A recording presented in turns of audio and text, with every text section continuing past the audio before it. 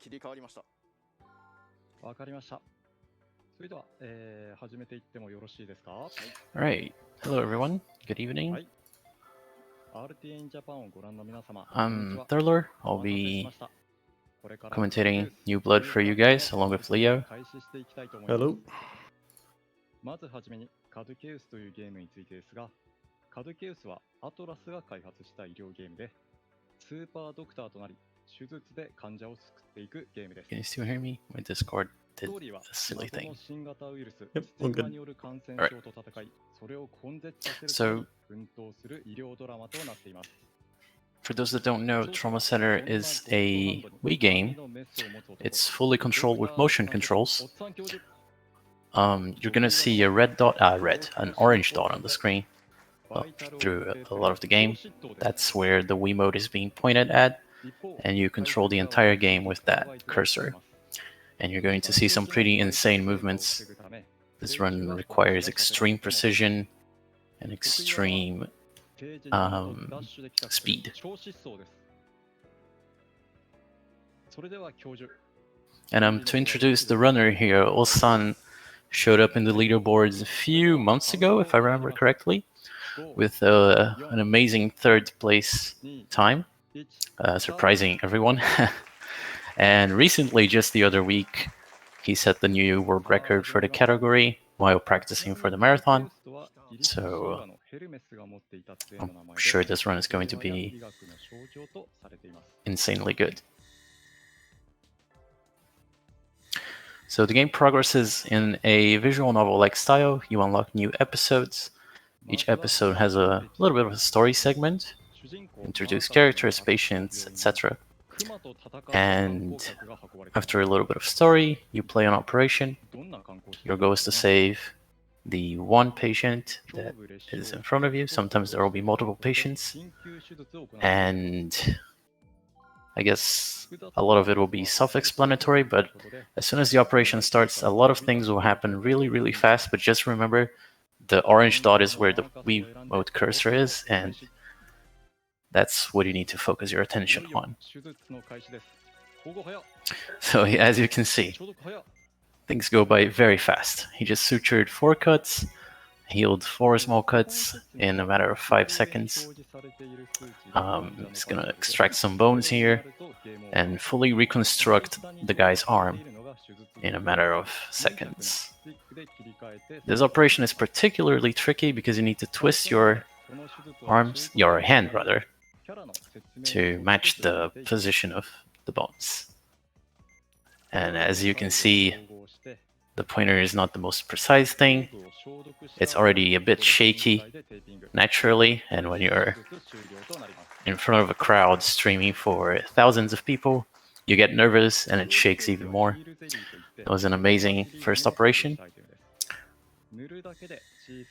And as the game progresses, operations will get harder and harder.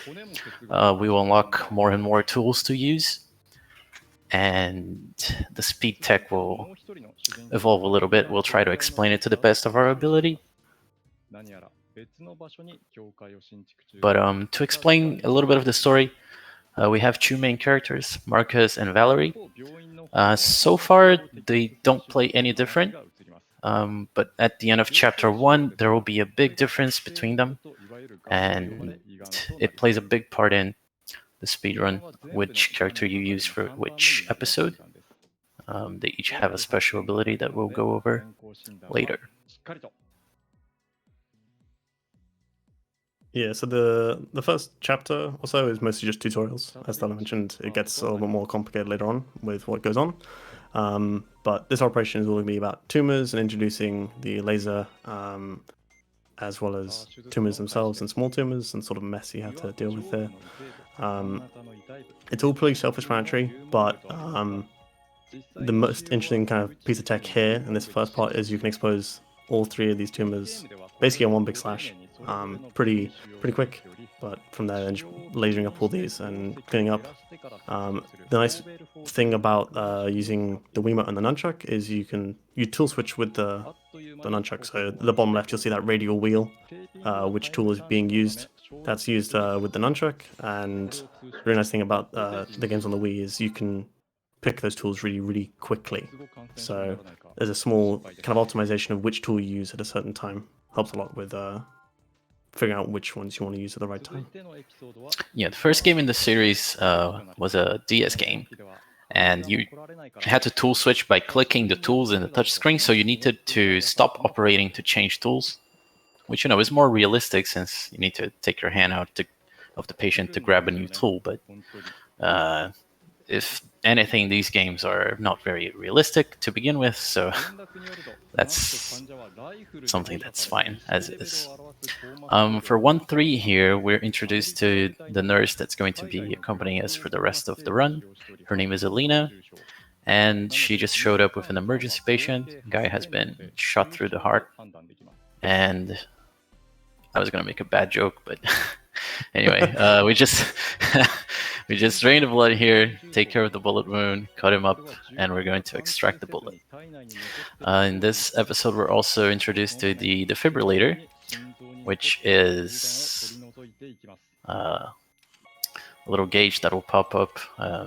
Interesting to see the runner here going for the bullet first instead of all the drains. Anyway, he hits the frame perfect green area. This is why this guy has the world record. He's really consistent at the most precise stuff from what I've seen in the world record he's submitted. So the defibrillator there is a gauge that fills up with time, and you have 1 frame to end it on the green area of it, which instantly revives the patient. If you hit it on the light gray area twice, it achieves the same effect, and if you miss the light gray area, you just have to do it again. And if you fail enough times, the patient dies. And that's not something that you do when you go fast. So anyone who was kind of observant on the episode screen, you might have seen there's only like 1 slot for a grade, and that's because in this episode, they're gonna be playing as Marcus. It's a forced option. You don't get to choose which doctor. So this operation introduces Marcus's healing touch, his ability, the kind of gimmick behind Trauma Center, at least one of the gimmicks. So he'll be introduced into how the healing touch works. It'll be activated for him, as you'll see with a star coming up in a little bit. But the whole idea is that Marcus's healing touch slows down time by a factor of 3. So you can slow down cycles, stop things from bleeding as much, which is really useful later on in the game when you get to control when you activate that healing touch. So you'll see that healing touch come up in a sec. Yeah, here you can see he's draining the blood, but more shows up instantly. And then the game is like, alright, well, I guess we're not getting anywhere. Let's activate the healing touch and drain everything before it has time to regenerate. And to kind of world build a bit, it puts a big strain on the surgeon that's activating the healing touch, so Marcus collapses before he can finish the operation. Valerie wraps up the incision for him, and that kind of justifies the quote time limit you have for the healing touch. You activate it, and its powers are active for I think around 20 seconds. I want to say I never really timed it, but it feels something like that.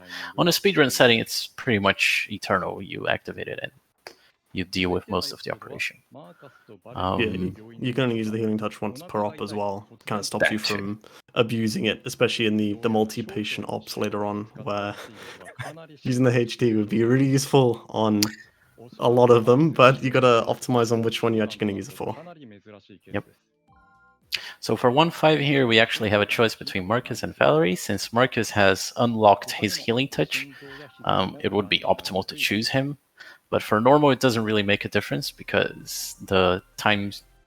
It isn't really time stop, but anyways, his healing touch effect isn't necessary to finish the operation on normal. And 1-5 is just more tumors. We're introduced to the little inflammations that have the tiniest hitboxes ever. Seriously, these things look kind of big, right? Trust me, their hitbox is like a pixel. It's very annoying. Yeah, and especially with the controls in in this game especially, in general, Trauma Center's controls have always been very, very precise. But New Blood sort of takes up another level. The cursor is incredibly what's the best way to describe it? You can move around the cursor very, very quickly, and any small movement you make with your hand will cause the cursor to move. So when you're trying to aim on something incredibly small, it is very difficult. Sorry, I got a little bit scared. The suture missed there. Yeah. Missing the suture or the bandage makes the patient take 5 damage. He was at 9, so he was safe for the first mistake, but another mistake would have killed the patient, and he would have had to start over.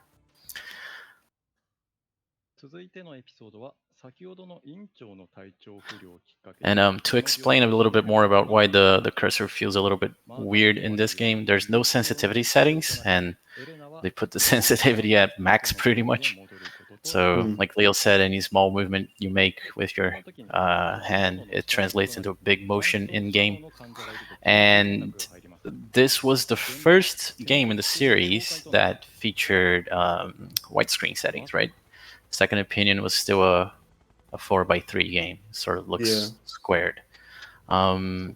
So they were still kind of optimizing how the cursor should move, because if you look at the way the Wiimote maps the infrared sensor to the game, it's like weird resolutions, and it doesn't map pretty well to a widescreen setting. But anyway, 1-6 here, we're forced to play as Valerie because this will be the operation that introduces her healing touch. We're operating on a nurse. She's suffered major damage to her heart from, I think, a building collapsing on top of her, something like that. Yeah. Something weird. And here, during the operation, more of the building collapses. She goes to 1 vital, and Valerie activates her magical ability to freeze the patient's vitals in place, pretty much making them immortal for the duration of her healing touch. If you think that ability sounds extremely OP, especially for a speedrun, you would be absolutely correct. That bandage, what the? How did that count? No. That should not have counted. If that was on my Wii, that was going to be a miss. Yeah. But yeah, as I was mentioning, Valerie's healing touch is incredibly OP. We use it for an entire chapter at one point, in part just because of how strong it is.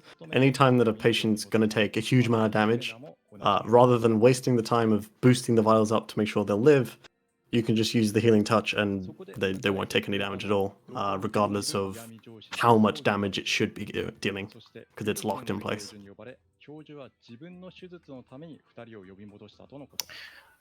So some of you may have noticed during the episode select, there was an episode named A-1, and that's an optional challenge chapter that we skip over in the speedrun because, well, it's optional, it doesn't progress the story. It's sort of like an extra stage in an arcade where you go for max score. So it's just a fun little extra. So heading straight into chapter 2, we're going to the first operation where the healing touch is going to be used. We're going to deal with tumors that spawn pus, and pus is slightly annoying in that it creates inflammations. So if you take too long to treat the pus clouds, they will make inflammations as shown here. That's a tutorial inflammation. So Olsan here is going to trigger Marcus's healing touch to make sure that no inflammations will be formed while he treats these tumors. As you can see, a lot of pus is on screen. If he didn't have the healing touch, probably 1 or 2 inflammations would have already formed. And yeah. So as you can see, the healing touch was active for pretty much the entire duration of the second part of the operation. And yep, that one was actually okay. Like the 1-6 one was insane.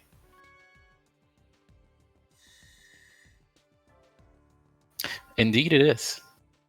Not just in-game because it slows down game time, but also RTA because you don't have to deal with extra inflammations. If you guys have questions, you can post them in the chat, by the way. I realize that this game is very dense in information and we can only convey so much. Thankfully, it's very visually self-explanatory, even though a lot of things are happening and the nuances of every movement might not be clear.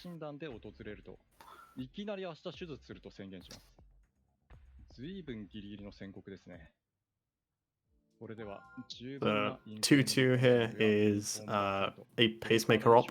To replace the pacemaker for a young girl. So this op, while there are some events where you have to deal with cardiac arrest, rather than using the defib, we're going to be introduced to a new mechanic, which is heart massage, which you'll see in a moment. But interestingly enough, while we pick Marcus, we're actually going to, Nosan's not going to use the healing touch here, because instead they're going to do something, we'll see if they do it, but it'll be something kind of risky but very rewarding, which is to skip an entire cycle. So let's see if they do that now. So I'm going to remove the first pacemaker, put in a new one. Why would you not go for that? He's the world record holder, Kappa. There you go. Easy. The easy Yeah. cycle skip. So this heart starts fibrillating and a cardiac arrest triggers after some time. If you're fast enough with the pacemaker changing, you actually skip that cycle, and then when you replug the second wire, an automatic cardiac arrest happens. So the ideal scenario here is what Osan got, which is to have two cardiac arrests. Perfect choo-choo. And here, Chu 3 is honestly a really big jump in difficulty. You have Valerie's healing touch, so a lot of the vitals damage that you would otherwise take gets negated. But when playing casually, I feel like a lot of players will struggle with Chu 3 a bit. Yeah, you have weird angles to extract things in. You have a lot of damage going on, a lot of passive damage, right? Because there will be blood, there will be lacerations, there will be cardiac arrests. It's rough. Yeah, a lot of the things that Osan's going to be dealing with just have a lot of high damage. So casually, you're going to be seeing that boosting the vitals a lot. Especially if you don't consider using the healing touch. So it's going to be very very tricky to keep those vitals up. You'll see even just removing a few bone fragments, suddenly the vitals are dropping down, despite the fact they were just at 25 a moment ago. Yep. And missing also gives you a lot of damage, so you gotta be careful. Osan being responsible here and boosting vitals a bit in case he drops a bone piece by accident. And another defib use. And now he triggers HT while the cutscene is playing with the last bone showing up. As you're draining blood, a few more extra lacerations spawn. If you don't use Valerie's healing touch, you need to boost vitals, which is slower than just triggering healing touch. So in order to have the patient not die, we draw a star there. Also, a small tangent here. Drawing a star is really, really hard, okay? It might look easy because it's just drawing a star. What could go wrong? A lot of things. Exactly. Especially with this cursor control. In second opinion, the first Wii game, it is easier, but it's still hard. Trying to make a star shape with your wrist is surprisingly hard. So anytime you see them draw a star and they get it first try, you know they've been practicing. Yep. Sadly, New Blood doesn't have an entire episode dedicated to teaching you to draw stars. It's usually pretty fun to have 5 stars drawn back to back when playing second opinion. Anyway, Chu 4, we're going to be introduced to another weird little thing in this game. It's called Stigma. Those familiar with the other Trauma Center games might be familiar with Guilt. This is this game's variant of the concept. Here we're gonna see Care. It's kind of similar to Kyriaki in that you deal with it but with the laser, and if you leave it alone, it creates lacerations. Later on, smaller Care units can also make tumors, and those big lacerations that you need to drain blood and join the two ends of the wound together with the forceps. The game gives you two Care at once, but you can kind of keep them paralyzed in place by tapping the laser instead of holding the button down. You can see this better with the big Care here. You can pretty much stun lock him by tapping the laser. This isn't really mashing because it's more of a rhythm. If you mash, you actually push him off screen like he did a little bit earlier, and you kind of want to keep him in the center, or at least somewhere close to the center of the screen, or you can just be a legend and go to the top of the screen like he did. But yeah, that's Care pretty much. It's pretty easy to deal with. And finally, he gets a bandage miss. I was waiting for that. Yeah. Still plenty of vitals, so it wasn't scary. Yeah.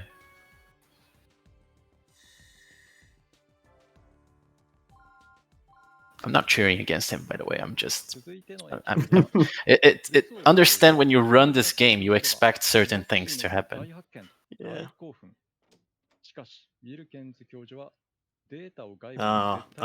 I've just realized what up this is. Oh yeah, Chu 5 is It's our favorite. I actually like it a lot, but it's a burn operation, right? So the patient will be burned for half his body, and you need to transplant skin grafts from the other half of his body to the damaged half of his body. And that sounds simple, but the amount of precision and timing required to pull this off perfectly in a speedrun is immeasurable, right? Because not only do some burns worsen with time, requiring you to take a few extra seconds to deal with them, blood also spawns from them.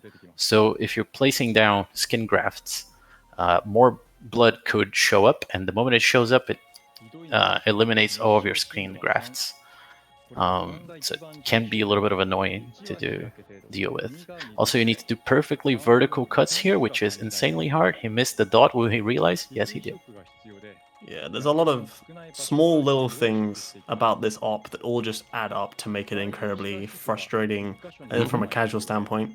But from a speedrun side, once you get very proficient at each individual part, all of these small, minute things being accurate on cutting all these grafts here, getting the timing down for the burns and making sure they don't worsen, or the blood pools, as Della kind of mentioned. It's all very precise, and getting that cycle down does take a stupid amount of practice. It's so easy to miss it, even by 1 or 2 seconds. Just goes to show how consistent Olsan is here, just casually doing everything perfectly. He's on pace for 345-ish IGT, even better, 350. Yeah, even better. That's insane. Yeah. That's insane. I would clap, but mics don't pick up claps too well. So that was an insane Chu 5. Yeah, absolutely. I kind of forgot to mention we use Valerie's healing touch there because it prevents the patient from dying, obviously. But when you're cutting the skin grafts out, the scalpel deals a lot of damage to the patient. So it's important that we lock the vitals in place so we don't have to manually boost the vitals. Back in the olden days, we used Marcus's healing touch to delay blood pools from spawning. But as it turns out, there is a fast enough cycle where even if you don't slow down time, you can still time the skin grafts perfectly to the blood. So we switched to using Valerie's healing touch so that we can cancel out the stabilizer, which is the vital boost thing. Again, massive congrats to Olsan for pulling out a Chu 5 that's probably better than my gold split. Yeah, I think it's very much up there. Yeah, moving into chapter 3, moved on to join the I guess the good technically hasn't been revealed as bad organization as Caduceus. And our first surgery is dealing with a gallbladder. Can you say gallbladder again? Is it really gallbladder? Yeah, I guess that's how I say it. Yeah, it's trivial to deal with it. You just inject the white serum a few times, cut it open, and extract it. It's pretty straightforward. Interesting they didn't use Healing Touch there as well. Yeah, if you're fast enough, you actually don't need to use Healing Touch. Like, you may take some damage from the gallstones passing through, but in normal, there's enough vitals to make sure you don't die.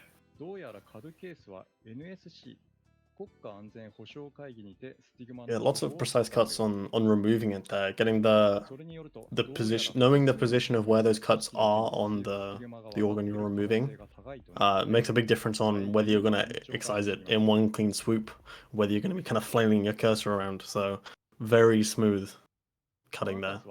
Kind of envious. I mean.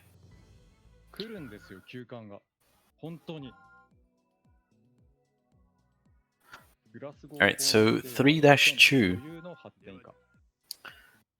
I'll be honest, I forgot which operation this is. Oh, this is just a standard cleanup, I think. It's just a standard cleanup, yeah. So this guy was in an accident of sorts. Lots of glass shards, lots of lacerations. This guy's going to take a lot of damage when we open him up. There will be many cuts, many internal bleedings that we need to cut open to treat. So we're going to...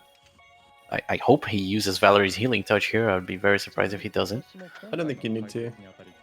Is it Fortune that you need to then? Yeah, it's one of the later ops. There's a few kind of operations that are very similar in this game. So you'll notice a very similar op later on, but it is notably different in that there's more going on. Yeah, it's pretty much exactly like this one. I was remembering Fortune, which instead of having the little blood pools that you treat with the gel, you have internal hemorrhages which you need to cut open. So yeah, I was thinking of that one instead. And 3-3, fan favorite?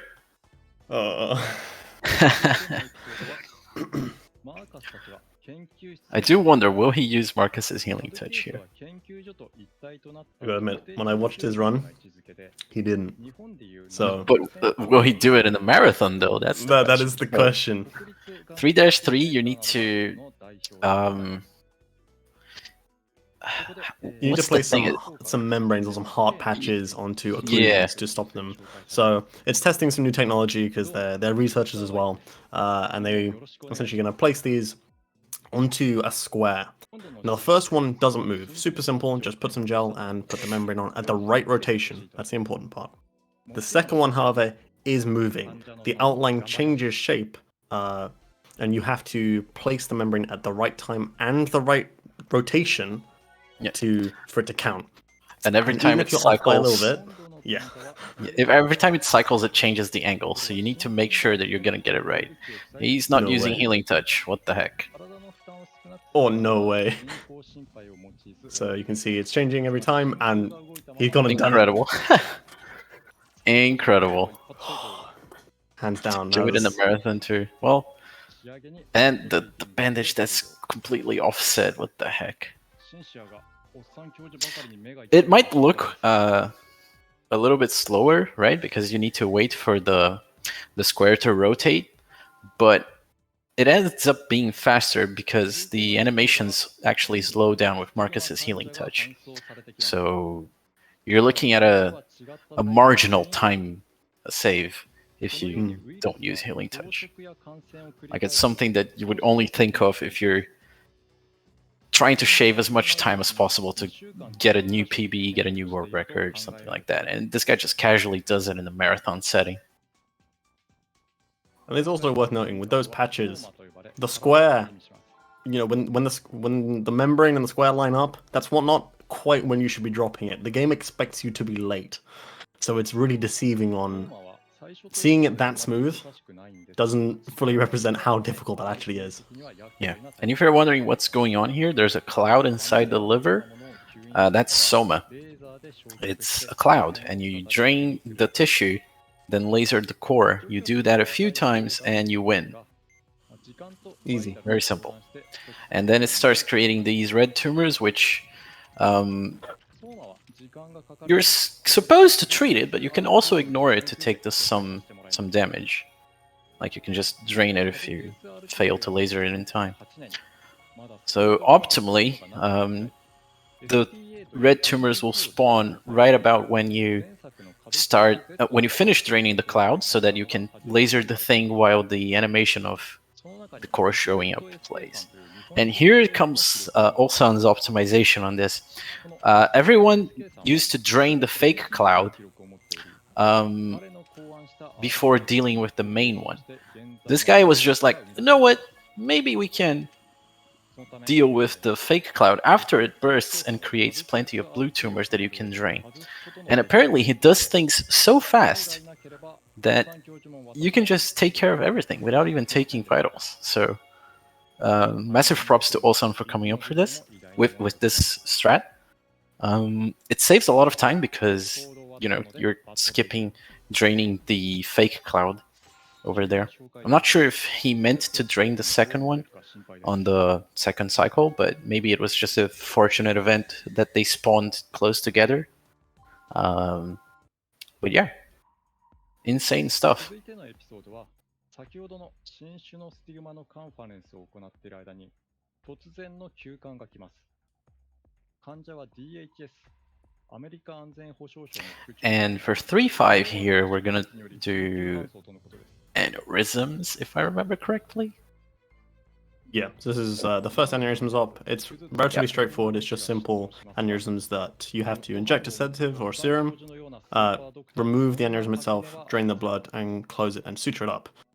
Relatively straightforward when you've only got one, but as you'll see, there's going to be multiple of them across the brain here, as it's brain surgery. But yeah, it's relatively straightforward, but it does require some small optimizations of how much serum you use, how quickly you cut them out, as they are, once you've injected the serum, it's all on a timer. You've only got so long to actually cut those things out, so making sure that you do it all in one go is super important.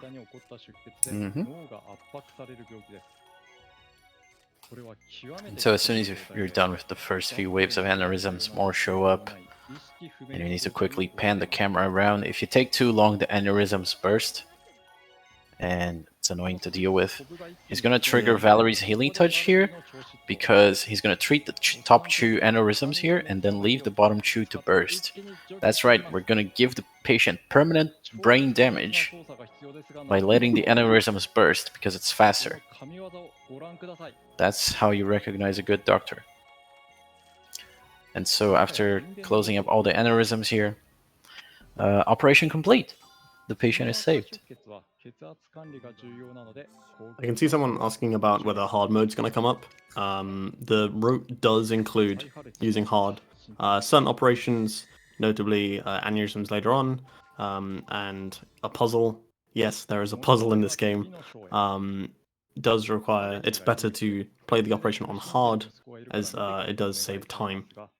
So yeah, there is a difficulty change, but the category requires you to play on at least normal. That's how we kind of define the settings. Yep.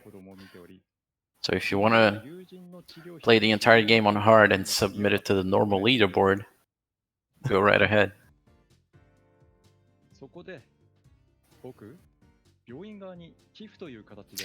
So for 4-1 here, we're going to have, I think, the first operation with multiple patients. Yeah, I think so. It is. Yeah, we have 2 patients with appendicitis, and one of them is pretty tame, pretty much a tutorial for how to treat appendicitis. Thankfully, nowadays, modern medicine, you don't require an incision that goes from your chest to your navel to treat appendicitis. But yeah, you just extract the thing, put up some gel, and boom, 10 seconds, you're done. Yeah, I think we didn't mention that this game is set in the year, what, 2030, I think? Around then? I'm not gonna pretend that I know. But yeah, it's supposedly futuristic medicine, given magic healing gel, and yet they still open patients with massive gaping holes. But let's not dwell on that too much. Yeah. So again, Marcus has healing touch here because there will be a lot of pus, and as mentioned, pus creates inflammations. They take a while to treat. And here, Osan with no mistakes. So, whoop, oops. I was gonna be very impressed if he did 4-1 at that speed with no mistakes.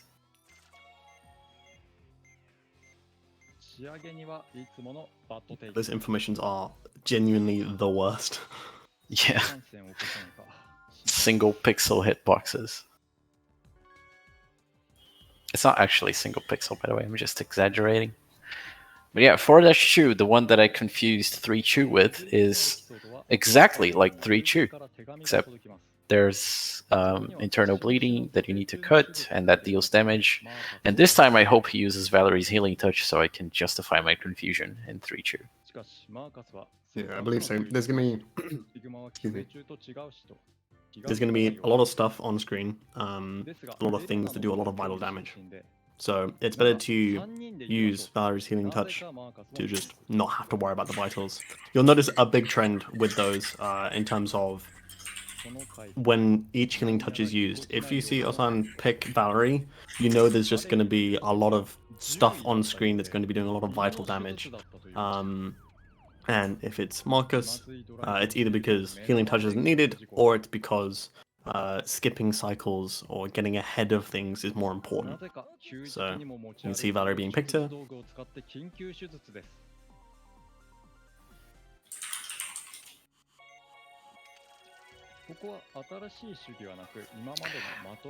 Alright, so... Oops. That mistake might cost him. Actually, never mind. It's normal.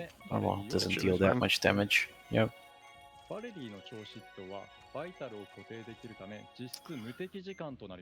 Oh, he missed the little blood pool there, but that's fine. Notice he missed the star as well. He drew it somewhat perfectly, but the game failed to recognize, probably because there was a 6 or 7 segment there in the middle of the star. And as mentioned, he has to deal with the internal bleeding by cutting them. It all goes by so fast that it's honestly kind of hard to tell. But trust me.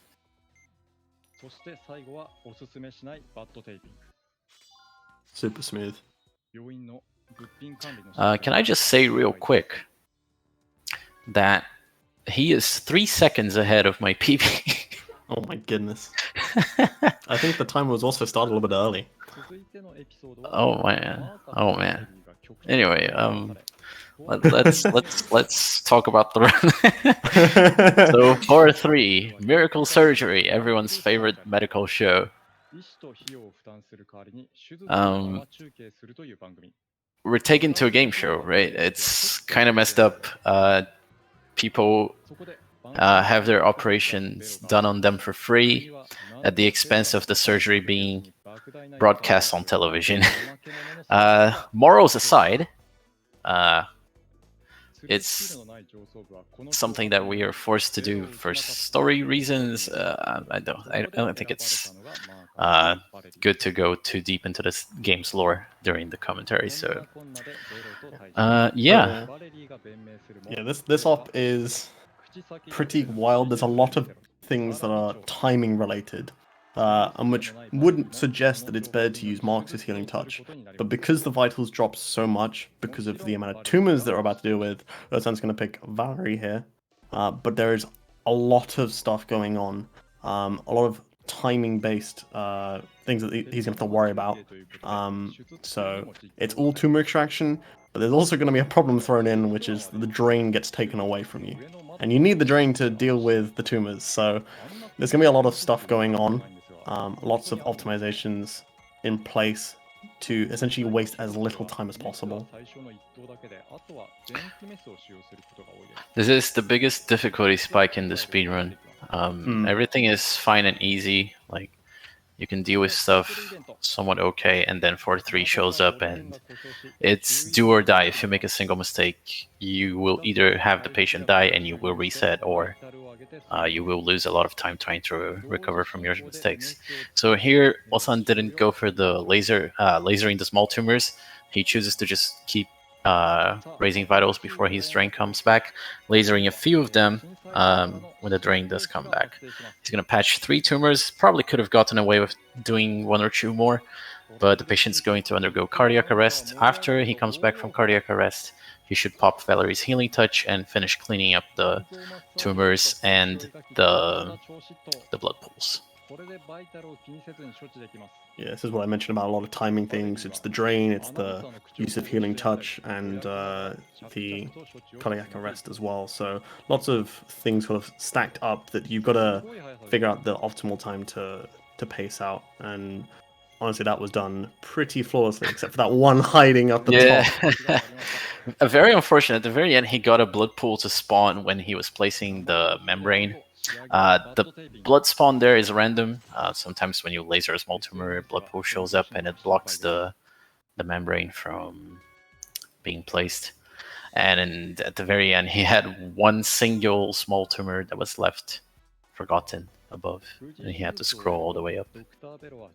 Yeah, they're really small, and the color does not help. They shouldn't blend in with the organ, but they do. Yeah, light blue and pink. Well, you can't tell them apart, but it's when things are moving fast and your control is a Wiimote. It's, I guess the controller doesn't have anything to do with the vision, but still. Did he switch to hard for 4-4? I don't think so. I didn't catch it, no. So, well, this will be interesting. Maybe. So, yeah, in the speedrun, we normally pick hard for this. The timings. So anytime we kind of pick hard, it's because we want to reduce how much time we're waiting for stuff. Usually at the expense of vitals, but with Valerie's healing touch, it doesn't really matter, or in other cases, you can usually get around it with other methods. So here, it's going to be interesting to kind of see whether too much kind of changes between how we normally do it. Yeah, and you saw the big aneurysm there. It takes, it requires you to place an artificial vein to close up the wound. He's gonna pop Valerie's healing touch, deal with the smaller ones, and let the big ones explode. Honestly, not sure if he's gonna let both of these burst. Yeah, I think that so. Actually ended up timing really well. Usually these bigger ones require a bit more time to burst, which makes me think he's swapped to hard and we missed it, but he could be wrong. I guess we'll see in a moment. Yeah. Oh, he did it. Interesting. Well, I guess that's something that we got to study a little bit. Some weird optimization that makes them burst faster. I don't know. Anyway, on to the last episode of Chapter 4 here, and we get introduced to another form of stigma. This one's ops, and I'd say this is another big difficulty spike in terms of the speedrun, and kind of how you approach it casually is kind of different from how you would approach it as a speedrun, because there's a lot more risk involved, I feel, with the speedrun strat that we're gonna see here.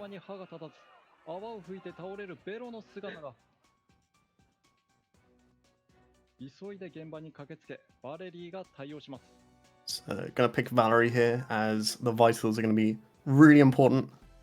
But we're gonna get launched straight into the op, and Osan here is gonna start away with just immediately lasering the core. Yeah, for story reasons, the patient's already been opened up, and we need to finish dealing with ops, the third stigma strain. That was a really close call. If you let the little blue cores touch the main core, or one of those red cores touch, you take some damage. Osan being very conservative here with vitals. Okay, it's fine. Whew. being conservative actually helped him a bit there. So we pop Valerie's Healing Touch so we don't actually have to worry about the blue and red things colliding with the cores, and we can just focus on lasering them. You can see the laser actually runs out, but that's fine, because we have just enough time with the Healing Touch to defeat both of them. And even if we didn't defeat, it would still be at very low HP, so with the amount of vitals he had, even a single collision still wouldn't have killed him. So, really good 4-5.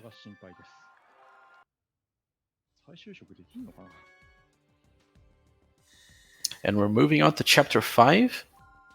In terms of difficulty, it's... you would think it's harder than Chapter 4, but it's much, much easier. We call it the calm before the storm. That's Chapter 6. Chapter 6 is incredibly difficult. So we have a little bit of... how should I put this? A little bit of a calm here for Chapter 5. We're going to have a few easy operations. Starting off with... Yeah, go ahead. So relatively speaking, these ops are going to be much easier to follow as well. So this op coming up is I think a hockey stick has gone through this guy's arm. He's a hockey player, so it's gone through his arm, and they're gonna remove it and connect up the ligaments. These ligaments are super precise. You have to snap them across like perfectly. So incredibly tedious, because if you don't suture it and you get a miss, it will snap back. Also, I'm here using the Healing Touch as one of the plot points is they're using a new, I think it's anesthesia, and it causes convulsions because it hasn't been tested yet. So using the Healing Touch here completely negates that. It's a timing-based thing, so just using the Healing Touch to skip that cycle, super useful. Yeah, it's one of the things that actually gets slowed down as well with a Healing Touch, because a few other things, like if you remember Choo Choo, there was a pacemaker extraction. Using the Healing Touch there doesn't actually slow down the rate at which the patient goes into cardiac arrest, but for 5-1 it slows down the convulsions, so you have a considerable amount of time to reconnect the ligaments and suture them in place. It is possible to do it without the Healing Touch, but if Osan didn't go for it, I don't think anyone else will. Yeah, I don't think it's really worth it, because activating the Healing Touch doesn't take too much time, and it's generally safer. It's kind of a big deal. If you get into convulsions, you're locked out of your tools for a good period, then you have to resuscitate the patient, and then resume what you were doing. So overall, it's not worth the risk. I don't think you actually have to resuscitate him, but honestly, it's been so long since I let that happen that I'm not entirely sure. I don't remember either. So 5-2 here, we have a guy that drank a little bit too much. His liver is wasted, completely wasted, and we need to drain all this blood, patch him up, and do it hopefully before he goes into cardiac arrest, just in the nick of time. I say both myself and quite a few other runners of this game. Round of applause is definitely worth it there, because a few other runners will know this, and the next op is incredibly brutal on timing. If you miss a suture or two, if you're not quite up to snuff on getting those membranes down, that's it. You have to wait for that cardiac arrest. It is awful. So getting ahead of those, incredibly impressive. Yeah, if you're consistent with your sutures, operations are a breeze. Just do what you're used to. If you slip up even a little bit, as Leo mentioned, you have to lose some time to recover from it. So 5-3 is almost exactly like 5-2, except the cardiac arrest will happen as soon as you open the patient. Or am I misremembering? No, that was 5-2. That was the last op. Yeah. You get a cardiac arrest if you take too long. And this time there will be internal bleedings, and Osan going for all the drain, no Healing Touch, trusting the game to not spawn blood for him. It's a brute strat. I used to do it as well, but it requires you to get a little bit lucky with the game timings. because you drain everything as you go, and then you drain it again, and you hope that the game blesses you with no blood. He trusted it and got rewarded for it. Usually you're supposed to use the healing touch there because it slows down the rate at which blood spawns. But yeah, you can do crazy stuff like that if you trust the game. It removes one of the few points of RNG in this game. I guess based on the commentary, right, we didn't really bring up RNG so far. That's because there really isn't much in this game, thankfully, except for the second to last operation, but we'll bring that up again when it's relevant. Yeah, the few bits of RNG are usually certain events, like notably cardiac arrest, that's usually on a varied timer. So it'll happen at a certain point, but it's sort of within a range of time. It's not confirmed. So sometimes you can get ahead of that cardiac arrest, or it may not happen. So, like I said, we'll mention it as we get towards the end of the run. But that's in part because there's so little RNG in this run. It is pure skill, which just makes any run this consistent even more impressive, honestly. Ooh, bad luck here finding Onyx. There it is. Dang. So this is a game of hide and seek. The thing will hide and you need to find it. Except from the second time onwards, it kind of gives you a little peek of the direction he went in. So if you know the spots where he can end up, you can immediately figure out where he is, even though he spawns clones. And you need to figure out which one is the real one. So speaking of RNG, right, where he shows up at first is RNG, so we hope that it's somewhere near the center, but Olsan got a pattern that puts him all the way down at the start, so he had to waste a little bit of time ultrasounding his way around the organ, losing a little bit of time.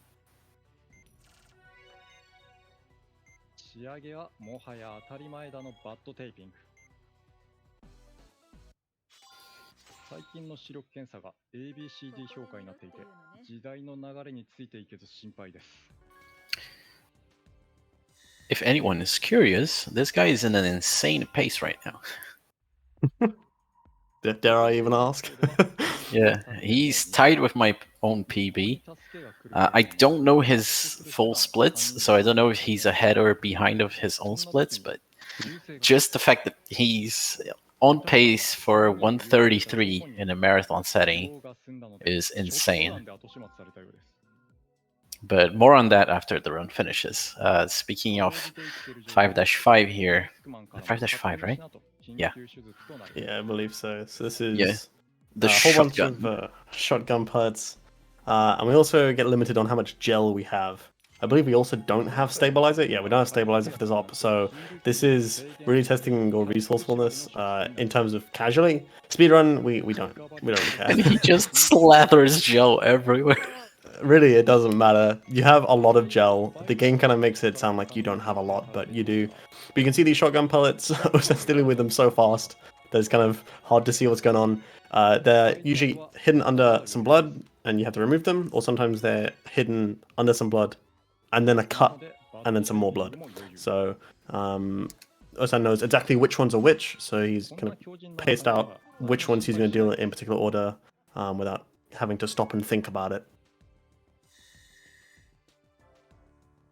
Yeah, and the pellet hitboxes are also kind of small, but it helps that the spot you need to drain at is exactly where you can pick them up. So if you just don't move the cursor, you can drain and pick them up pretty easily.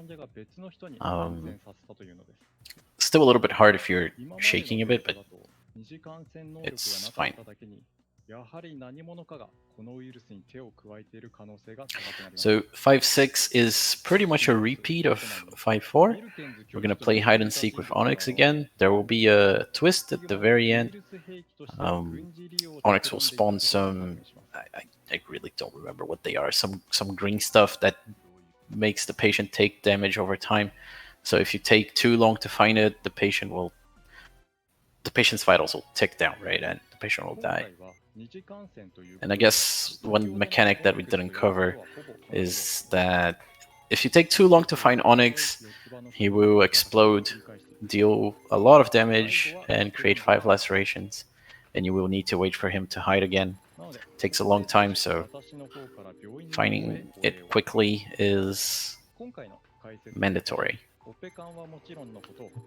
Yeah, so these ones, you're specifically searching for it. You know, you can see the clones sort of appearing. But in this way, this sort of wave where all the webs appear, you don't need to now ultrasound Onyx to show it. It's just there all the time once it's borrowed in. And kind of a nice trick is that it's always in the confines of the organ. So all you're really searching for is 4 dots. That being said, it is kind of stressful trying to find it when you know the time is ticking down and Onyx could be attacking at any moment. So keeping an eye on where it's going is super important. It also helps to memorize the exact locations in the organ that it can hide itself in, so you know where to look. Interesting. Not doing the puzzle on hard. Yeah, it's optimal to do it on hard because you do less movements, but I guess, right? We had a discussion over this for second opinion. The time it takes to switch difficulties might make it not worth it. I personally haven't timed this for New Blood, but the solution to the puzzle takes 18 movements on hard, on normal, and only 16 on hard. So if we're concerned only with the operation time, it's faster to do it on hard. But you need to account for the time that it takes to switch difficulties. Unlike Second Opinion, you can't do it with the push of a button. You need to actually move your cursor to the difficulty select and push A. So it might be a little bit unoptimal to swap difficulties because you lose time, but you should save time on like the solution itself to the puzzle. I do want to point out these little nubbins, little kind of pieces that Hassan was just grabbing, was incredibly difficult to grab. They are really small, and even once your cursor's locked onto it, twisting it the exact amount to get it, like I'm just kind of comprehending what just happened because that was so fast. He did it in less than 15 seconds. Excuse me? What? It might be easier to stay on normal, fella. No, it takes more movements. You just do exactly what he did on hard, and you can do it even faster. What the actual? What? Yeah, honestly, I'm beyond impressed with. I'm speechless. Yeah, like the precision. Well, whatever. Like I take forever to rotate the pieces, right? This guy is just blip, blip, blip, blip. It's like he's a machine, just rotating his wrist 180 degrees to perfectly rotate it twice. Anyway, speechless. I am. Anyway, plot-wise, they got kidnapped, and now they've managed to escape. That was kind of why there was a whole lock there. They're back at Caduceus, and surprise, there's more stigma, and it's time for Brachion. And this I would say this stigma really demonstrates that this game, while you can play single player, Atlas intended for it to be a co-op game, and that's because you see the core in the middle and the lights coming out from it, and then these grapplers that Osan's injecting the serum into with the purple stuff to neutralize, cut it, and then extract. Co-op wise, you could just have one person focus on making sure the lights don't get to the end, because that's how the patient takes damage. But Osan here is just going supersonic fast and removing them. What on earth? Yeah, if you let one of the I call them LEDs, they're not LEDs, but if you let the blinking lights reach the end and there's still a what do you call them? The thing here extracts. If they're still attached, if they're still attached, the patient only takes damage, but if they're detached, they regenerate, even if you have extracted them. So you can see Osam let the patient take some damage on the upper one there, because with the way the cycles work, it's better to just let it take damage and reset. You can spare the vital loss.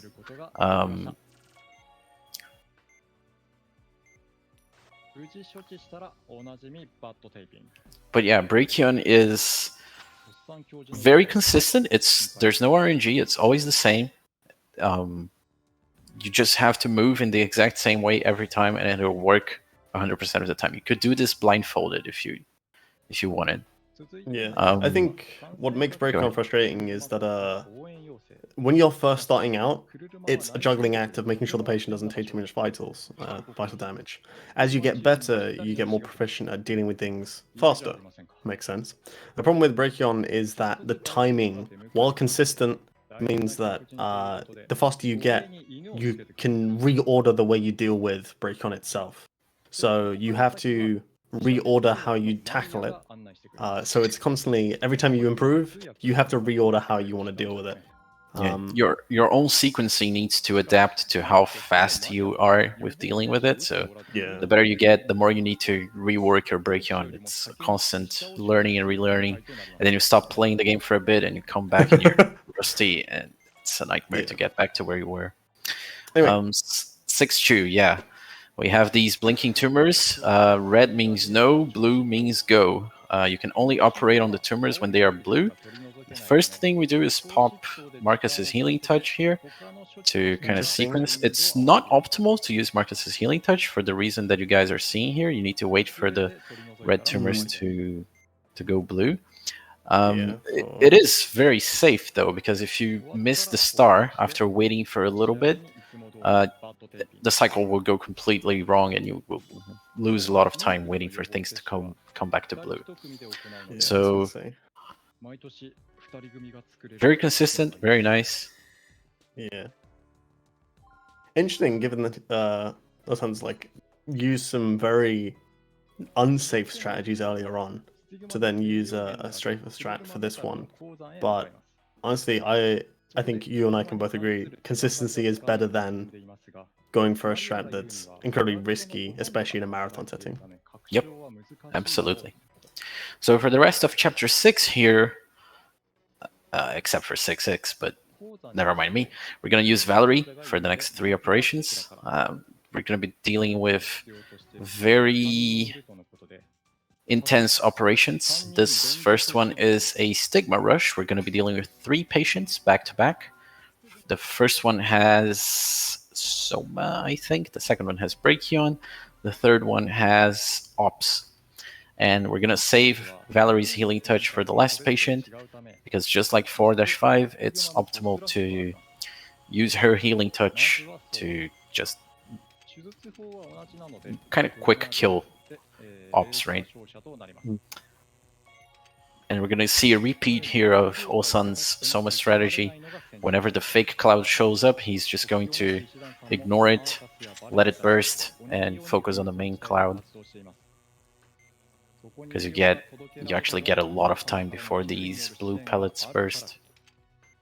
Yeah, it's honestly, it kind of feels obvious now that we're seeing it, but consider that for quite a while we didn't employ this strat. We would focus on making sure the patient didn't take too many vital damage, because if you have to clean up stuff, it's less optimal. So that's kind of in part why. Yeah.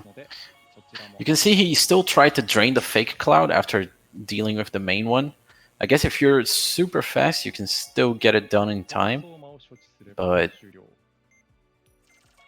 it's a balancing act between vitals and I think doing it like this is also... Go ahead. Go ahead.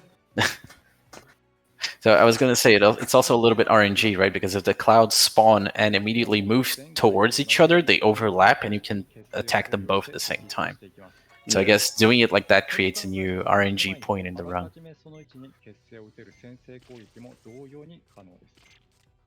Yeah, so Brachion, as mentioned, it's just more of the same. I can see someone mentioning, I see a bit of a conversation going on about the other Trauma Center games, and mentioning about Trauma Team speedrunning. They do exist, even if the game is 4 hours long.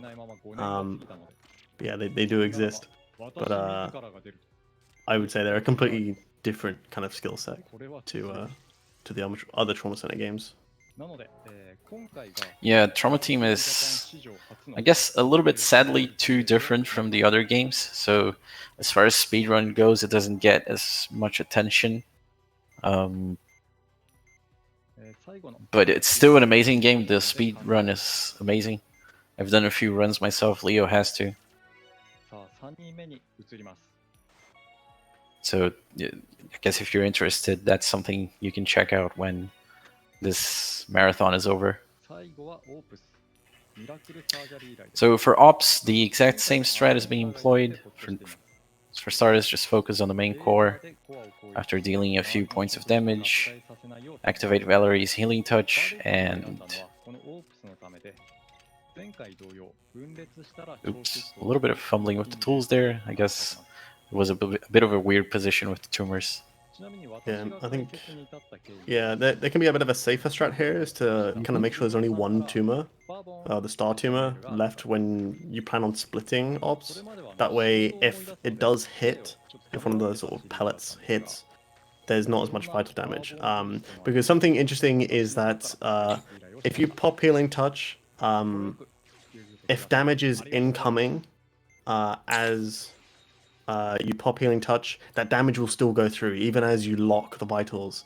So it can be really unfortunate, and I've had it myself, where a pellet hits, causes the two tumors to explode, even when Valerie's Healing Touch is just being popped, and causes the patient to die.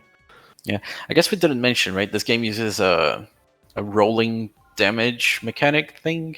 There is a specific term for this. It's the same as Earthbound, if you've played that, where damage is dealt over time. Like you don't take 60 damage in one go, like in an RPG. The HP ticks down to the target value. So if you take mortal damage at 99, you can still boost vitals and try to recover yourself from there. But as Leo mentioned, if you trigger Valerie's healing touch, it won't negate the damage that is already ticking down. So if you took 90 damage, 30 of it has been processed before popping healing touch, you'll still take 60 damage. And because of the vital lock that comes with Valerie's Healing Touch, you can't even prevent that extra damage by boosting. So it's kind guaranteed. of The patient's gonna die. Yeah. Yeah. Anyway, oh yes. Dog spam dog Defeater. emotes. Spam dog emotes. Franca Zed. But yeah, the dog has been shot, and we are saving her. Yeah, this is another RNG point because of the potential cardiac arrest and the extra defib. So we'll find out here that this was a confirmed defib. Yep. And then popping Healing Touch here to prevent any extra damage, as Arsène's going to clean up these cuts, then deal with the hemorrhages, suture those all up, and leaving the two sort of clouded ones that haven't formed into pools quite yet, because what can happen is if you are about to go into fibrillation, that's the sort of the roll, the RNG one, if you gel those, you can replace it with a scripted one, so essentially reducing you don't have to do an extra defib. Kind of nice small bit of tech there that you can do. Yeah, when you're fully done with the operation, there's a scripted cardiac arrest, right? As Leo mentioned, you can take your bad RNG and turn it into the scripted one if you play your cards right. And 6-5, the high point of the run, right? It begins. This operation is a little bit of a gauntlet. There are 5 patients back to back. All 5 patients have something critical to them. The first one has a bunch of burns. The second one has... I'm not going to pretend that I remember all of them. I know the fourth one has a broken rib. But first is burns. Second is shotgun pellets with a rifle round. Third one is the extra cuts in the lung. Fourth one is the ribs. Fifth one is the heart. Yep. But yeah, so this lot of things. Go ahead. Yeah, this op is just a lot of things condensed into a couple of minutes. And the problem is that we like to use Valerie's Healing Touch on the last patient because of the amount of damage that comes in from the cuts on the heart. But But as you know from earlier on, we like to use Boundary Healing Touch interesting for burns here. So this is going to be interesting to see how it pans out later on with the last patient, as burns also deals a huge amount of damage. So it's kind of a juggling act on which one you deal with. So this is interesting to see Healing Touch being used here instead. Yeah. Another one of Osan's optimizations, right? He has brought to the table recently. Opting to use Valerie's Healing Touch here, I guess you minimize the overall number of stabilizers that you're going to be using, even though at the very end you're going to have to boost vitals to deal with how much damage you're going to take from the internal bleeding. I guess in some way it's better to just do it at the start, because you take more damage there. We'll see how it goes. I'm loving the 200 plus chain as well. As burns gives so much chain, it's crazy. Yeah. That being said, chain isn't irrelevant to a normal speedrun for this game.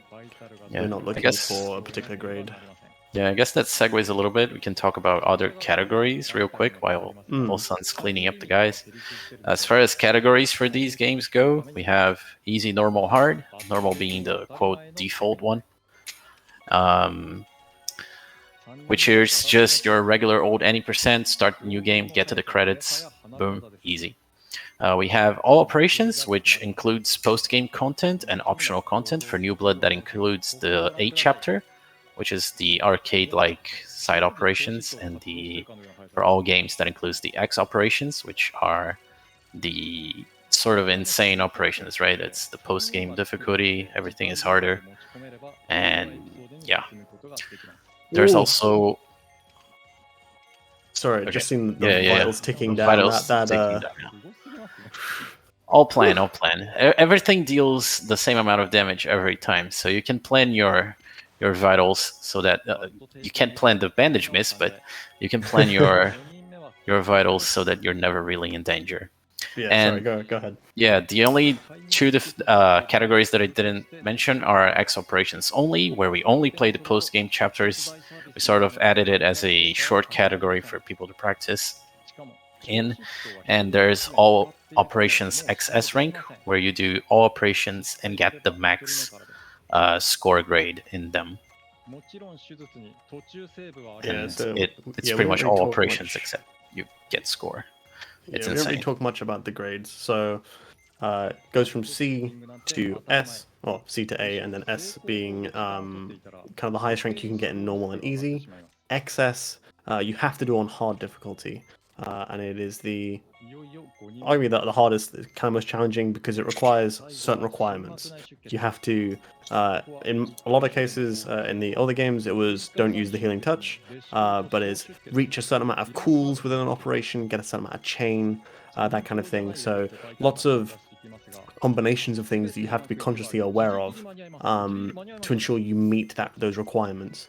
And it's super easy to miss one of those requirements. Also, that was an incredible patient. I was looking at, he did it super fast, like insanely fast, and also he didn't even boost vitals at the end. Yeah, because it was right at the start before he opened up the patient, right? I can't imagine that being very consistent, because if you take even a fraction of a second longer with the lacerations on screen, the damage per second starts piling up. So you need to be at a very high speed level to do it that fast without having to boost vitals. But yeah, it totally justifies using Valerie's Healing Touch on the first operation. Definitely. Yeah. Also bringing the 2022 strats to the table. For sure. And if operating on 5 patients with lots of difficult ailments wasn't hard enough, it's time for 2 transplant operations that get mixed in with care. A transplant in itself is relatively simple, and Stigma itself is relatively straightforward as well, depending on the strain. But really, this op throws you completely in the deep end and expects you just to deal with it. Yeah, this is the point of the game where your wrist starts to hurt a little bit from from how fast you've been playing. There's an hour and 12 on the clock, and you know, your joints can only take up so much damage before they need some rest. So this is where the endurance part of the run starts chiming in.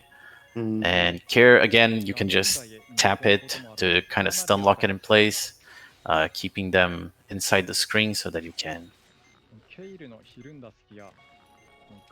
avoid them, avoid having to pan the camera, right? And as the big care forms, Osan goes for the reconstruction of the yellow tube there.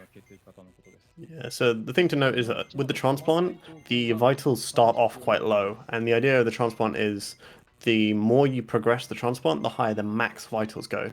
So if you look at the vitals bar, there's the dark red, which is what it is currently, the kind of lighter pink, which is what the vitals could be, and the black is that you cannot get to, so it's capped.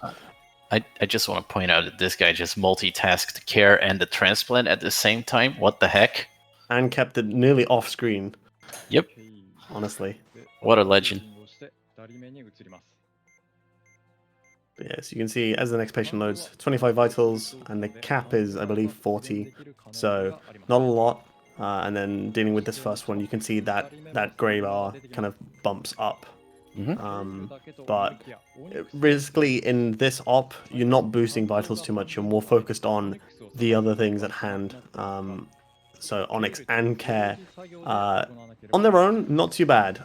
The main problem is that Onyx is on a timer. So if you're not paying attention, it is super easy to lose it. Just found it there, luckily. While you're focusing on other things. So you don't want to lose it, and Care is also kind of on a timer. It's not quite, but the longer you leave it, the more likely that you're going to have to deal with a mess. So yeah. It also doesn't help that you have to pay attention to which direction Onyx is digging itself in, and also you need to pay attention to where the Care is going.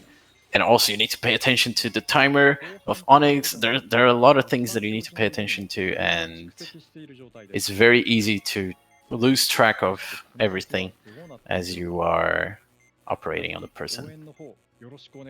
Meanwhile, Osan's just cruising through it. Honestly, yep. This operation took me an incredibly long time to even get anywhere close to feeling like I could do it without any huge problems. So watching it done this smoothly,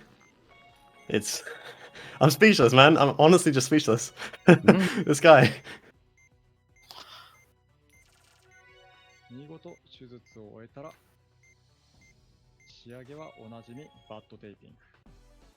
So we're nearing the end of chapter 6 here, and Osan is... I only have my own splits, right? He's 25 seconds ahead of me, of my splits. That should be world record pace, because his world record is 18 seconds ahead of me. So in a way, this could be something really, really hype. I'm not gonna play it up too much, because chapter 7 can backstab you in many different ways. But yeah, I just checked against their splits. This is pace. Yeah. Honestly, oh yes. This is wild. No, yeah, as I mentioned earlier in the stream, right? Osan showed up a few months ago with a 3rd place run. Since then, I imagine he kept grinding, and as he was practicing for his run here in RTA in Japan, he got the world record in one of his attempts, improving the previous record by 18 seconds. And who knows, maybe he's about to improve it further.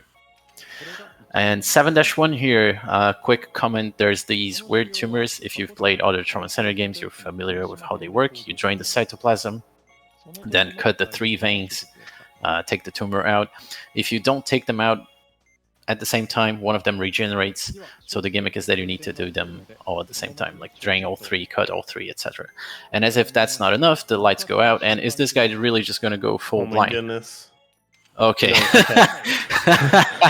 I was going to be very impressed if he extracted all 3 tumors without going for the lighter. But yeah, the lights go out, you get a lighter to eliminate. He picked the third Oh one my without goodness. looking at it. What the heck? What a legend, dude. Yes, these tumors super small, super annoying. There's 4 per tumor, and they're super easy to miss, especially with a small light like this one.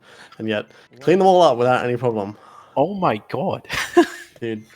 So I'll confirm in just a moment against splits. Bro, he did it in less than 1 minute. Honestly. IGT, I mean. Yeah. So What? they are 5 seconds behind their own splits at the moment. Oh. But the timer was started late. Nah. We need the full hype. Sorry, this timer was started early. Yeah. So I was gonna say, so this is incredibly close. Yeah. Anyways, let's not get too hung up on whether this is gonna world record or PB. Either way, whatever happens, this is an incredible showing by Olsan. So 7-2 is It's the final. it's the final stigma rush, right? Yeah. Yeah. So we're gonna have 3 patients. First one has Brachion. The second one has both Soma and Care, and the third one has both Soma and Onyx.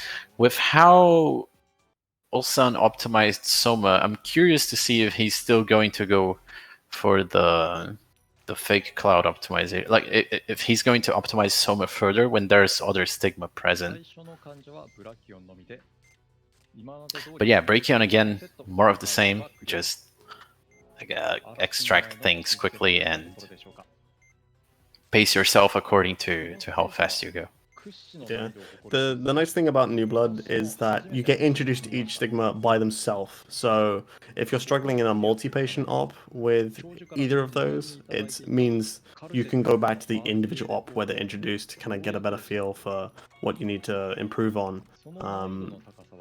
Which is it's kind of a nice introduction. They've sort of done that with every single Trauma Center game, so you never feel like you're not thrown into the deep end with, at least with how the kind of the bosses, so to call them. Yeah, even with non-boss surgeries, right? With appendicitis, you're given first patient that's pretty much a tutorial before you're thrown into the deep end with inflammations and etc. With stuff like internal hemorrhages, you're exposed to it on 1/6 in a sort of controlled environment with Valerie's healing touch. So there's always an operation you can go back to practice things that are setting you back later on in the game. So let's see here. The regular strat is to pop Marcus's healing touch here and deal with the Care all at once. Let's see what, because Soma isn't really a threat here. It's still just lingering around. Care, however, is much a bigger problem. It's going to either create tumors or cuts, so it's important to get that out of the way as soon as possible. The worst that Soma's really going to do is drop a tumor every now and again. Even then, that can kind of mess up your pacing and how you're dealing with Care, especially with laser management. Going for some drain here. Yeah, not going for the first. Yeah. He could have gone for the first Soma damage tick there, but it would risk Care making 6 lacerations, which would waste more time than just letting Soma cycle around a little bit. Yeah. So going for, pretty regular strats here. As you can see, the little red thing being an annoyance there, eating up your laser, which was already in the red. Will he have enough to damage the core here? Yes, just barely. Yeah. So I guess we never mentioned this. Each tool, like the laser and the syringe, has a specific max usage you can use. So if you use the laser too much, it goes out for a bit, and you need to waste time waiting for it to recharge. Okay, I think I'm understanding his strat a little bit better now. So to kind of briefly explain, Osan's leaving the fake one on any instance where it isn't the last one to deal with. because the time it takes for it to kind of go through that animation of wriggling before it explodes, that takes time. And then you have to deal with the cleanup. If it's the last kind of attack you have to do on Soma, it's not worth waiting for the Ghost Core to do all of that. It's better to clean it up because it takes less time. So in the instances where you have free time, like you're waiting between waves, it's worth going for that kind of optimization that we've seen a couple of times now. But I think that's why he's not going for it on the last hit, is because it would just add extra time. So a little bit of a special thing here. You may have noticed that he didn't even need to ultrasound to find Onyx for the first time. That's because Onyx is always in the same spot for this operation, at least at the start. Yeah. So it's a nice little thing that the devs did to kind of balance it a little bit. Yeah, he got lucky with how the clouds spawned. They spawned on top of each other, so he could drain both of them. And again, here he got kind of lucky with how they spawn. Yeah. Yeah, going for the fake one first because the intention here is this will be the last hit. So not needing to waste time waiting for the fake one to spurt off. Very clean. Sub 4 on sub 4 on this IGT. That's wild. Really good. Yeah. Insane.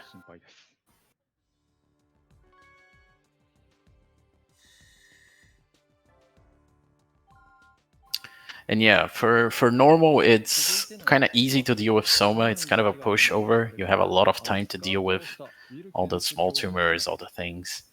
But if you bump the difficulty to extreme on post-game, you have a very tight window to deal with everything before stuff starts exploding. It's really it really becomes a test of skill. And for 7-3 here, we're going to have a very quick operation on Professor Lloyd's brain. It's pretty simple. You just remove 3 chips, remove 5 pins, and put the 3 chips you removed back in. The gimmick is the chips cannot touch the stars, otherwise the patient takes damage.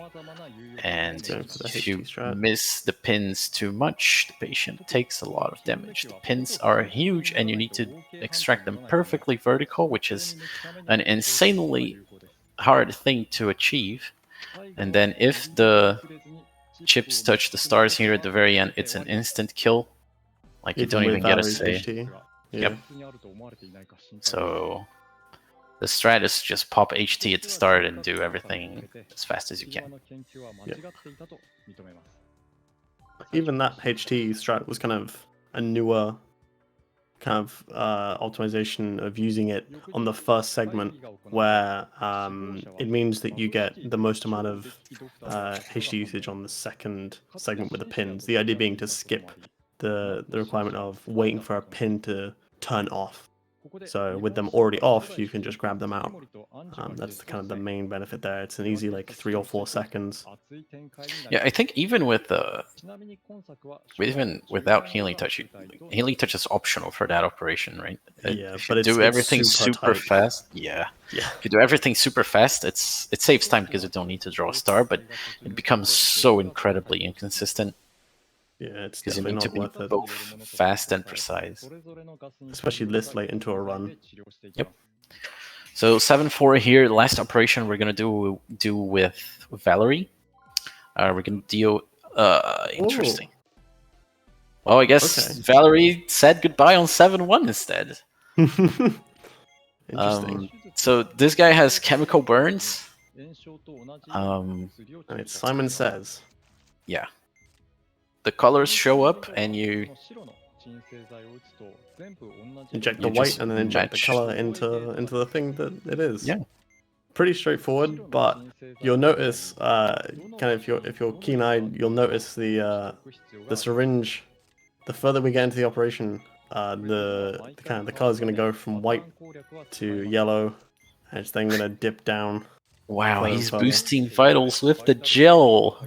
That's interesting. It's smart. Ooh, see now he missed. now in the yellow. Is he gonna have enough? Is he just not gonna healing touch? I don't think so. I don't think he will. It's going to be tight on vitals, but it might work. So you can see here the main problem is that the syringe is Running nearly out. run out. So it's really... Yeah, you see, he perfect waited a timing. little bit at the last syringe because he was afraid it would run out before he finished injecting the blue stuff on the last burn. Yeah, Really sick strat, though. That's insane. I think IGT is about the same as using Valerie, so... Yeah. Definitely would need more investigation to see kind of how beneficial that will be. I mean, I guess using Valerie's healing touch is just safer because... For sure. Yeah. Technically, it's faster to do what he did because you save time on having to click Valerie. I guess. Yeah, it's very minor. Yeah. But yeah, 7-5. You know how we've said, oh, this game doesn't have much RNG? This is the second to last split, and it's very much RNG dependent. Isn't that lovely? An hour and a half into the run, you're faced with an operation that can just give you, for no good reason, a 10-second time loss, depending on how the cardiac arrests line up. Yeah, of course, if you go Sanic fast, it doesn't matter. But yeah. Yeah, so any kind of RNG has generally been related to cardiac arrest and whether it's going to happen or not, either when it happens or if it'll happen at all. So here, you can tell by the kind of when you see the vital bar spiking, or hear the actual like the beeping, like right now, like it is now. There is a chance that it will just cancel and it won't be cardiac arrest. Unfortunately, it wasn't here, and Osen's gonna lose a little bit of time, but really, it's not that big of a deal. But when you're on an incredibly good pace, this can make or break whether you're going to PB, and it's especially bad that it's the second to last operation. It also helps that it isn't a massive time loss. It's just 10 seconds, but depending on how high of a level you're playing at, 10 seconds is an eternity. So moving on to the final operation. And I swear, if he doesn't use the healing touch... So yeah, this is the final boss. In classic Trauma Center style, the idea being is you're supposed to use the healing touch at the end to basically save the patient. But this is, I think this is the only game with healing touch that you can beat the final boss without the healing touch. It's an incredibly risky strat and requires a lot of precision, a lot of exact usage. It requires superhuman speed. I don't think he's going to go for it. I don't think anyone. It's far too risky. Human hands would go for it. So anyway, cardio. There are 2 phases to the fight. Well, 3 if you count the Berserk one that we skip. The first one will be this nest phase where cardio has a bunch of its own membranes attached to the heart, and you need to fully extract them. There's a little tech here where you can just cut them all, pinch cardio into regenerating the tile he's stepping in, and then you can just tap it to make him disappear. It'll regenerate 1, but you can just cut it. You saw it on the first one. So for the third one here, and the second one too, you take out the bit where cardio spawns in, and you just finish extracting everything before it even spawns back in. That was insane. It's really hard to pull off, but if the first place cardio spawns in is predetermined, so if you extract the place where he spawns in, everything works out. It's incredible. So for the second phase, you just laser him 3 times, and it's going to bring out tumors, lacerations, everything. He's just going to let that burst and immediately go into healing touch, because for the second point of damage, and after the third one, his laser should run out and it'll trigger the last phase. It's kind of risky to do what he's doing, because if Cardia had chosen to spawn tumors instead of lacerations, Cardia would have iframes to work with. and he would just die. It's going to be very close here, but he did it. Incredible. Incredible. Yeah, it's a very risky strat. It requires a lot of understanding of kind of timing on Cardia, it's each phase. So honestly, that was impressive. Even I struggle trying to get that exact technique down. That was insane. So you add 40 seconds to now. It's going to be a 1:33:48. Yeah, So it's going to be 7 seconds behind world record, I think. Yeah. Insane run. Yeah, it'll need retiming versus when the run started, but it was, yeah, that was incredible. That's an incredible run. So Cardia has a lot of things to explain in like 10 seconds, so sorry if that wasn't the best explanation, but that was really, really good. An insane run by Osan. Casually getting second place in the leaderboard again with this 1:33:48 should be 46. Okay. 46, yeah. So an incredibly insane time. Maybe it was a 43, maybe if we retime strictly on the frame. So this guy just casually almost tied his own world record in a run in a marathon. That's insane. What an amazing run.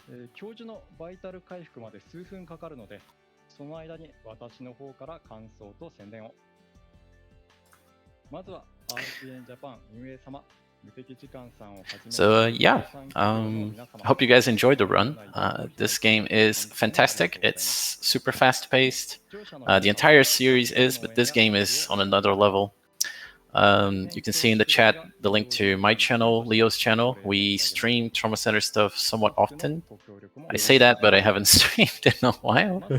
I've been trying to get my world record on Second Opinion back. Leo stole it from me for a few months ago. Months? I don't know. A week or so. A couple weeks ago, yeah. Yeah.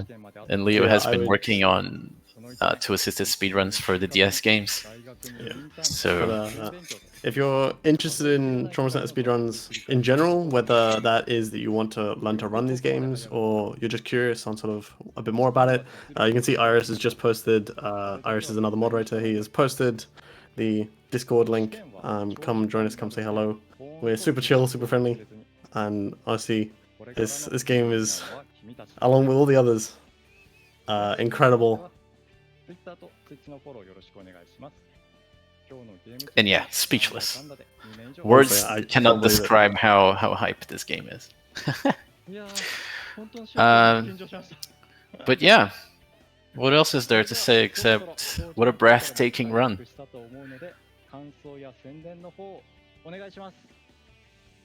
And Osan, by the way, how did I not comment on this? Osan keeping tradition with every Trauma Center run having the runner cosplay as a surgeon. So he put on the scrubs with the mask too. Something that I don't think any of us have done. So yeah.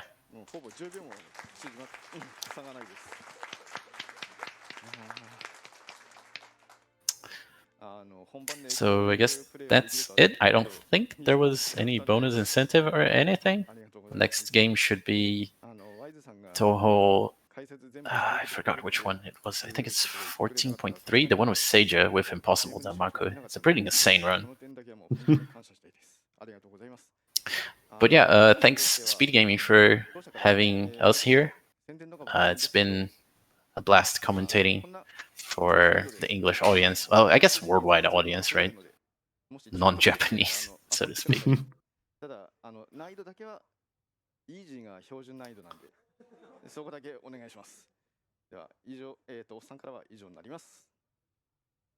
So any closing words, Leo? Anything else you want to mention to the people?